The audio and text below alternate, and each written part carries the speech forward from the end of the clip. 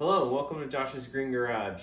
I haven't made a video in a little while. It's wintertime in Alaska, so the yard's covered in multiple feet of snow, so there's not a whole lot for me to do, honestly. I have gotten some comments though throughout the winter, and I've gotten a number of comments on this Aerator spreader, the drop spreader, the only tow-behind drop spreader that John Deere makes and that I can really find from too many other brands. Most of them are the spin type, broadcast spreaders, but I prefer this one. So I'm going to move you a little closer, and I'm going to go over a small upgrade I did on the front here to hold this weight tray on better. I had some issues with it. Somebody asked about it a little bit, and I thought I made a good video on this before, kind of showing what all you got to do. It's simple. I didn't make a video. I just mentioned it quickly in either the overview or the usage video of this. But I decided I want to highlight it a little bit more. And as I said, I've gotten some other questions about this, so I'm going to try to do maybe like a little mini series type thing, kind of going over this thing a little more in depth. So I'm going to bring you in a little closer and we'll get to it.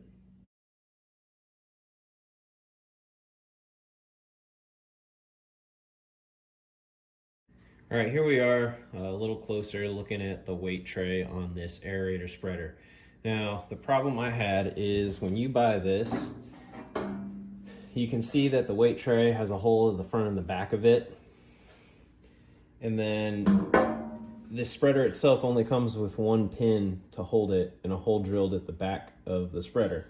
So when you place this on there, it just centers it, keeps it sliding flat from side to side, but nothing holds it at the front. It's just loose. You can see I have a hole in here as I made just a really simple, easy to do upgrade that solves those problems. Now the problem I had was when using this, if you have any weight in that tray, and depending on how much material you have in the hopper, it gets bouncing around in the yard a little bit, and what happens is this hopper can fall down inside. I was using, I think I put just one of the 42-pound John Deere quick attach weights on there. I want to say it can fit two, so I may actually have had two. I think I did use two. So that's like, over 80 pounds of weight on this tray. It's supposed to be able to support 75, but regardless, even at 75, it had done the same thing.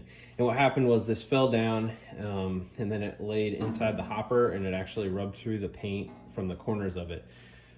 So I wasn't happy with that, so I decided to fix it. So this is what I decided to do. Essentially, place the tray on there, figure out where on this that hole needs to be, mark your spot, and then using a drill and a 1/4-inch bit, drill a 1/4-inch hole into this little lip here. From there, couple things you need to do. You need to get a bolt like this. This is a stainless steel 1/4 20 bolt. It's about probably 1.5 inches long, and it'll fit in there just like that. You're going from the bottom. Don't get it too long, or you may not be able to get it in there because of the way the hopper is like angled. So you don't need to go any longer than that, inch and 1.25 or 1.5 inches, whatever they sell. That should be fine. You'll also need a T-nut like this. I decided to use something like this over a regular nut because of how thin it is at the bottom. That way when it's on there, it sits, nice and flat, and then this hopper can go over it. So when it's sitting on there, that'll go right over and you're good to go. Final piece you need is you can use a wing nut or one of these fancy, plastic coated ones, but and then that'll just thread down on top, and it's gonna lock that weight tray in place. I'd put it all together right now, but I actually had this done previously, as you can tell, and I had some Loctite on here, and it was pretty hard for me to get this off, so it's going to be a pain to get it back on, so I'm not going to do that on camera. But essentially, when it's all together, this tray will not move. You can put as much weight on you want there. It's also going to help to reinforce the hopper, you know, rather than, you know, being sheet metal, you know, it can move around, but this will help kind of tie everything together. So it's a simple modification, but it's a good way to solve a problem and, you know, prevent damage to your equipment. So if you're looking into getting one of these, keep this in consideration, and you know, it might save your equipment down the line. It's just something quick and easy to do, you know, during your assembly, if you have to assemble it, or, you know, right when you get it home. I would definitely recommend to do something like this. So I'm gonna put it together real quick, and then I'll just show you how it works. It's very simple. It's nothing fancy, but at least you'll be able to see. So I moved you to the back of the spreader to kind of show you something here with this pin. I got it mostly installed, but I will point out, you can see here and here where that weight bracket fell and you know, rubbed through the paint. I need to touch that up, and that's something I'll get to when I go over this thing here and, you know, get it ready for springtime and summertime and whatnot. But anyway, I'll go back to this. So it's almost tightened down. You're not gonna have any issue spinning this T-nut on there if this is, you know, a brand new piece, but since mine was previously put on there with some Loctite, it's hard for me to spin it all the way. So I've had to use some tools to get that back down on there. I've had to take some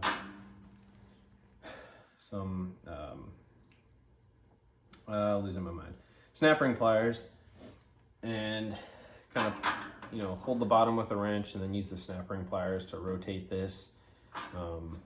But then anyway, when you get this down, you're gonna need just a small punch, and you should have some room that you can put that in one of the holes, and then that'll hold that T-nut tight so you can tighten the bottom.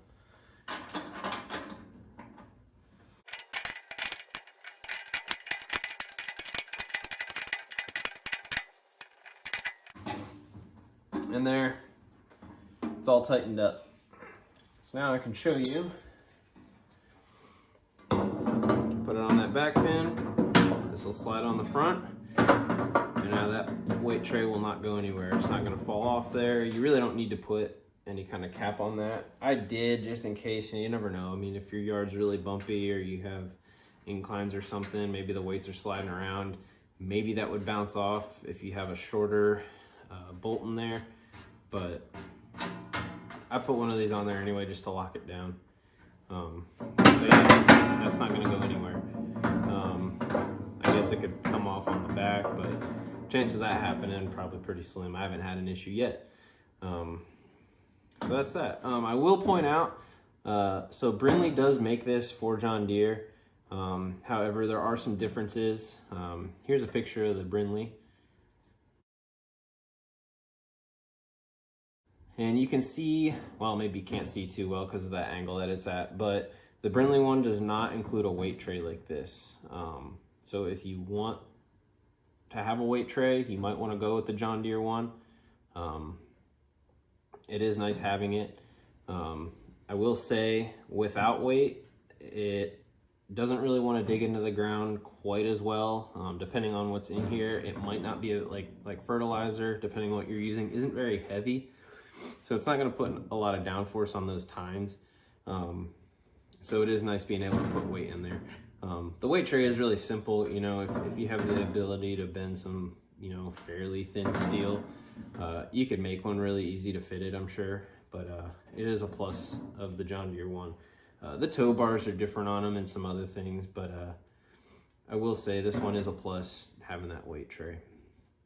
So hopefully you got some value out of this. You know, hopefully it's something simple you can do and make your life a little bit easier with managing the weight tray, securing it down. So appreciate you watching. Have a good one.